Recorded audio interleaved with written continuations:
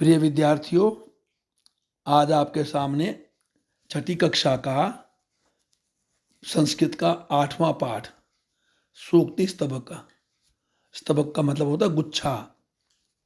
फलों के फूलों के गुच्छे नहीं होते, अंगूर के गुच्छे होते हैं, ऐसे गुच्छे। और सूक्ति कहते हैं अच्छे कथन को, अच्छी बात बताने को, अच्छे विचारों को। तो ये श्लोकों का समूह है, इसमें 5 श्लोक है, इनका समूह है, गुच्छा है एक। तो इसको क्या नाम दिया? सूक्ति स्तबक। देखो, पहला श्लोक शुरू करता हूं मैं, ध्यान से सुनो और समझो। उद्यमेन ही सिद्ध्यन्ति कार्याणि न मनोरथै न ही सुप्तस्य सिंहस्य प्रविशन्ति मुखे मृगा। उद्यमेन ही, परिश्रम से ही, सिद्ध्यन्ति, सिद्ध होते हैं, कार्याणि, कार्य, न नहीं, मनोरथ ही, मन की इच्छा से। मन की इच्छा से नहीं होते, बल्कि परिश्रम करने से काम सिद्ध होते हैं।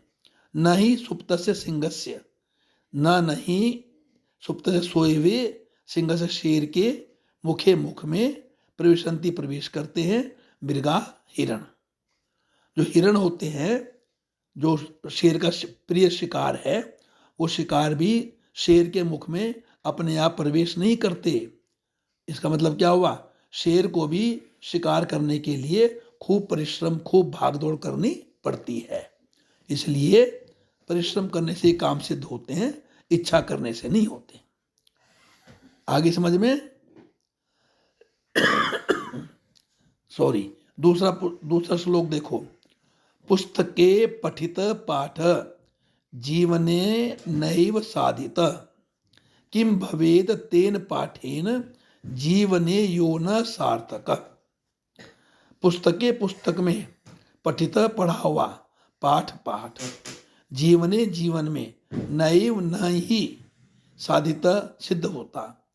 यानी पुस्तक में पढ़ा हुआ पाठ जो जीवन में सिद्ध नहीं किया तो किम भवेत तेन पाठेन, क्या होगा उस पाठ का, उस पाठ के पढ़ने का, जीवने, जीवन में, यो न सार्थक, जो सार्थक नहीं है, जो सिद्ध नहीं है, जो करने के योग्य नहीं है। यदि हमने काम ही नहीं किया जीवन में उस पाठ के हिसाब से, तो पाठ को पढ़ने का क्या फायदा। इसलिए जो पुस्तक में पाठ पढ़ो, उसको समझो और उसको यदि हो सके तो जीवन में उतारने का प्रयास किया करो। तीसरा श्लोक देखो। प्रिय वाक्य प्रदानेन सर्वे तुष्यन्ति जन्तवः। प्रिय वाक्य, मीठे वचन, प्रदानेन, देने से, सर्वे, सब, तुष्यन्ति, प्रसन्न हो जाते हैं, जन्तवः, जीव जंतु, मनुष्य है, प्राणी है, जो प्राणी है वो सब मीठे वचन बोलने से ही खुश होते हैं। तस्मात्, इसलिए, प्रियम ही वक्तव्यम, प्रिय ही बोलना चाहिए, मीठा ही, सुंदर ही, मनोहर ही, कोमल ही बोलना चाहिए। वचने का दरिद्रता, बोलने में क्या कंजूसी करनी, बोलने में कंजूसी क्या करनी। इसलिए क्या करना चाहिए? मीठे वचन बोलना चाहिए, प्रिय वचन बोलने चाहिए, कि प्रिय वचन बोलने से ही सारे प्राणी संतुष्ट हो जाते हैं। अगला देखो। गच्छन पिपीलकाम याति योजनानाम शतान्यपि। गच्छन, चलती हुई, जाती हुई, पिपीलकाम, कीड़ियां, कीड़े मकोड़े, याति, पहुंच जाती हैं, योजनानाम शतान्यपि, सैकड़ों मील तक, योजनानाम, मीलों तक, शतान्यपि, सैकड़ों, सैकड़ों मील तक पहुंच जाती हैं, चलती चलती चलती चलती चलती चलती। जबकि जमीन पर चलती हैं और धीरे धीरे चलती हैं, फिर भी चलती रहती है ना वो, तो दूर तक पहुंच जाती हैं। अगच्छन, ना जाता हुआ, वैनतेय, गरुड़ भी, पदम एकम न गच्छति, और गरुड़ खूब तेज चलने वाला पक्षी है, खूब तेज उड़ने वाला पक्षी है, खूब भारी है, खूब वजनदार है ना, खूब बड़ा है। पर यदि वो भी नहीं चलता तो एक कदम भी नहीं चल पाता, वहीं बैठा है तो क्या चलेगा। इसलिए क्या कहा गया कि चलते रहना चाहिए, है ना। चरई बहती, चरई बहती, वेद में मंत्र आता है एक बड़ा अच्छा, चरई बहती, चरई बहती, चलते रहो, चलते रहो। तो चलते चलते चींटियां जो हैं दूर तक पहुंच जाती हैं, और ना चलता हुआ गरुड़ जो है चील है, वल्चर जिसको बोलते हो वो है, वो भी वहीं बैठा रहेगा, एक कदम भी नहीं चल पाएगा।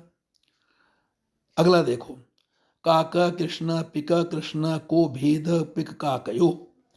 काला कौवा, कौवा काला, काक कृष्ण, का कौवा काला, पिक कृष्ण, कोयल काली, को क्या भेद भेद पिक काकयो। कौवे और कोयल और कौवे में, पिक कोयल, काकयो कौवे में। कोयल और कौवे में क्या भेद, दोनों काले होते हैं। वसंत समये प्राप्ते, वसंत ऋतु का समय आ जाने पर, काके काके पिका पिका, कौवा कौवा नजर आता है और कोयल कोयल नजर आती है। क्यों? जब वसंत का मौसम आता है ना बच्चों, तो जो फूल के पौधे हैं, फलों के पौधे हैं, पेड़ हैं, उनमें नए नए फूल, नए नए बौर आने शुरू हो जाते हैं। फलों के जो छोटे छोटे बीज होते हैं ना, जिससे फल बनते हैं, वो आने शुरू हो जाते हैं। तो कोयल उनके ऊपर बैठ करके मीठे मीठे स्वर में गाती है। तो मालूम पड़ता है कोयल कौन सी है और कौवा कौन सा है। तो कौवे का स्वर तो कड़वा होता है ना, कठोर होता है, और कोयल का स्वर मीठा होता है। वैसे दोनों काले होते हैं, एकदम से कोई भेद नहीं कर सकता उनके अंदर। पर जब वसंत का समय आता है, जब फूलों का समय आता है, जब फलों का समय आता है, जब उनके ऊपर छोटे छोटे बीज लगते हैं, बौर लगते हैं, जब फल लगने शुरू होते हैं, तो कोयल जो है उन पर बैठ करके मीठा मीठा बोलती है, और कौवा बेचारा तो कौवा ही है। समझ में आ गया? इसलिए ये देखो 5 श्लोक आपके हो गए, इनको कर लेना, और कुछ समझ में ना आए तो कमेंट करके मेरे से पूछ लेना, ठीक है? और इसको भाई शेयर भी करा करो, लाइक भी करा करो, और सब्सक्राइब भी करा करो, ठीक है? अब अगला करते हैं, इसकी जो ग्रामर है वो करते हैं अब, ठीक है? निकालो।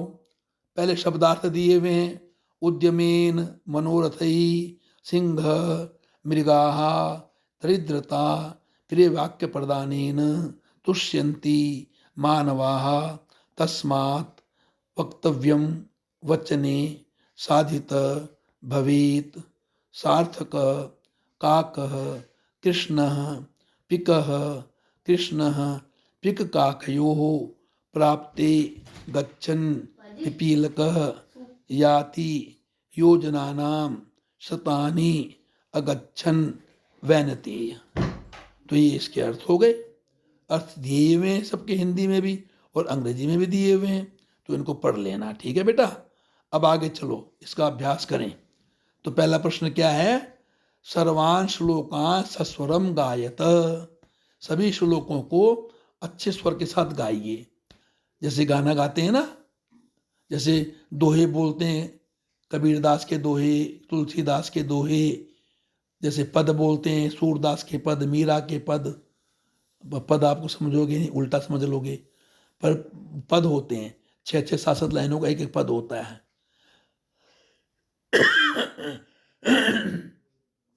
तो ऐसे वो स्वर से गाते हैं ना, है ना? जैसे आप हनुमान चालीसा बोलते हो, स्वर से गाते हो, जय हनुमान ज्ञान गुण सागर जय कपीस तिहुँ लोक उजागर, बोलते हो ना? तो इनको सस्वर बोलते हैं। तो ऐसे स्वर के साथ पाठ, इस श्लोकों को पढ़ना है आप लोगों ने। दूसरा क्वेश्चन, श्लोकान योजयत। श्लोकों के टुकड़ों को जोड़ो एक दूसरे के साथ, कै भाग के टुकड़ों को कै भाग से जोड़ो। अब देखो, जोड़ना ध्यान से, मैं जोड़ के आपको बताऊंगा, नंबर लगाना अपने आप, हिसाब लगा लेना। तस्मात् प्रियम ही वक्तव्यम, तस्मात् प्रियम ही वक्तव्यम वचने का दरिद्रता। श्लोक में दिया हुआ आपके, ये 5 श्लोक दिए, 5 श्लोकों में से दिए ये वाक्य, कहीं बाहर से लेकर के नहीं आए ये लोग।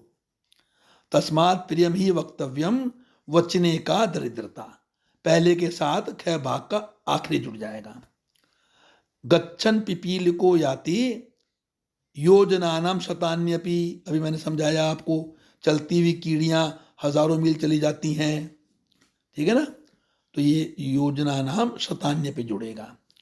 प्रिय वाक्य प्रदानेन सर्वे तुष्यन्ति जंतवः, मीठा बोलने से, प्रिय बोलने से, मधुर बोलने से, मनोहर बोलने से सारे प्राणी संतुष्ट हो जाते हैं। तो तीसरे के साथ पहला जुड़ेगा। किम भवेत् तेन पाठेन जीवने यो न सार्थक। किम भवेत् तेन पाठेन, उस पाठ को पढ़ने से क्या फायदा, जीवने यो न सार्थक, जो जीवन में सार्थक ना हो। तो चौथे के साथ दूसरा ख भाग का हो जाएगा। और काक कृष्ण पिक कृष्ण को भेद पिक काकयो हो, पांचवे के साथ तीसरा। आखिरी श्लोक पढ़ा था ना अभी, काका कृष्ण पिका कृष्ण को भेद पिक काकयो, वसंत समय आगन काक काक पिका पिका पढ़ा था ना अभी। हाँ, तो ये तो पांचवे के साथ कौन सा, तीसरा हो जाएगा। ठीक है। अब तीसरा क्वेश्चन देखो, प्रश्नानाम उत्तराणि लिखतः, प्रश्नों का उत्तर दो, लिखो। सर्वे जंतव केन तुष्यन्ति, तो केन की जगह पर क्या आ जाएगा, प्रिय ही वक्तव्यम। सर्वे जंतव प्रिय वक्तव्यम तुष्यन्ति, सर्वे जंतव प्रिय वक्तव्यम तुष्यन्ति। प्रिय वाक्य प्रदानेन प्रिय वक्तव्येन, प्रिय वक्तव्येन तुष्यन्ति।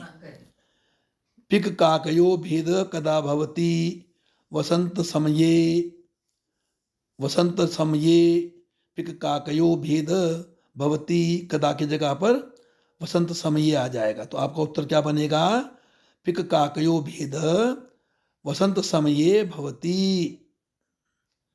ठीक है ना। तीसरा, क गच्छन योजना नाम शतान्यपि, कौन चलता हुआ सैकड़ों मील पहुंच जाता है। तो पिपीलक, पिपीलक गच्छन, श्लोक में आया था ना, गच्छन पिपीलको याति योजना नाम शतान्यपि, तो यहाँ उत्तर आ जाएगा इसका, पिपीलक गच्छन योजना नाम शतान्यपि याति, या इसको ऐसे लिख सकते हो, गच्छन याति पिपीलक योजना नाम शतान्यपि। जो श्लोक का पहला भाग है वो कौन सा श्लोक था, ये तीसरा श्लोक था शायद। हाँ, तीसरा श्लोक था, चौथा श्लोक था ये। तो उसका पहली लाइन जो है इसका आंसर बन जाएगा।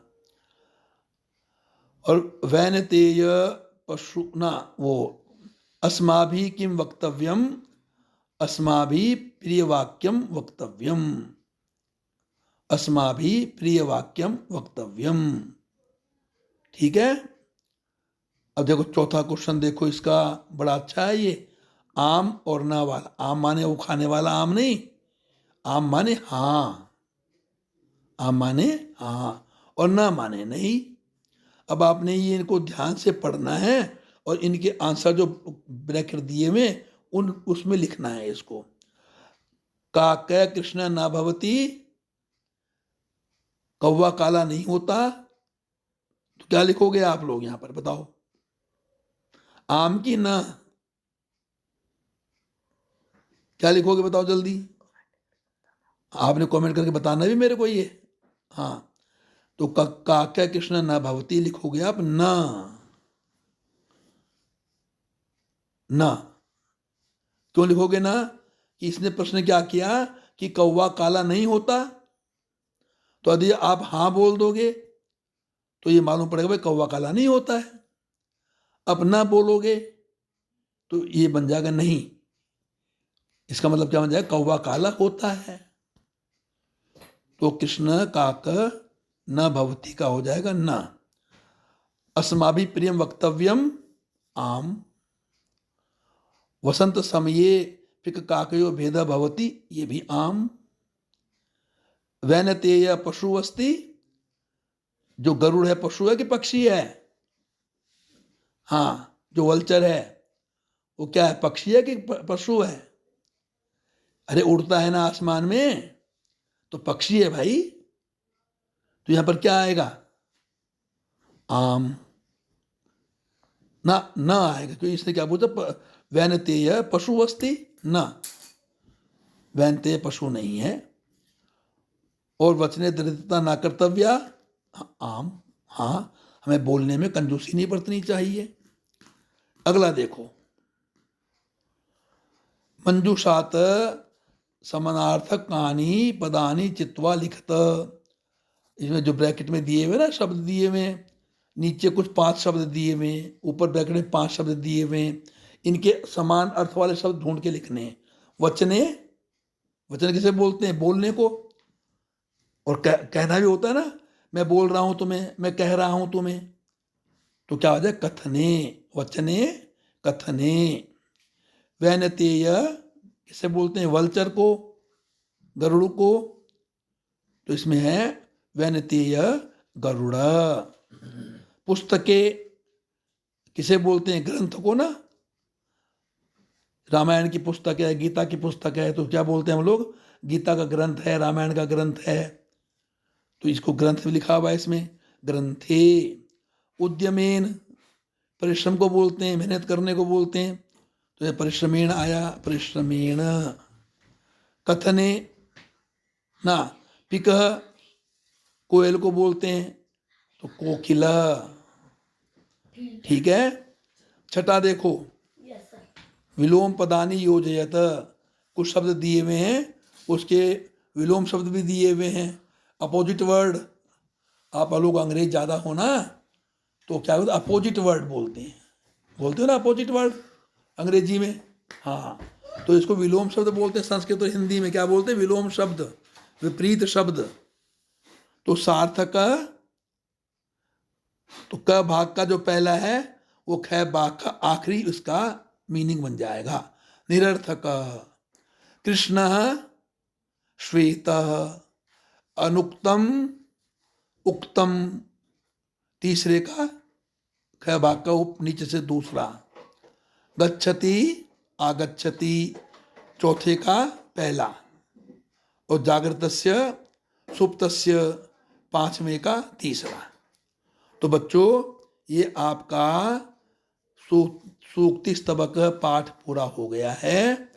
जो समझ में ना आए तो आप कमेंट करके पूछ लेना, और इसको शेयर भी करो, सब्सक्राइब भी करो और लाइक भी करो।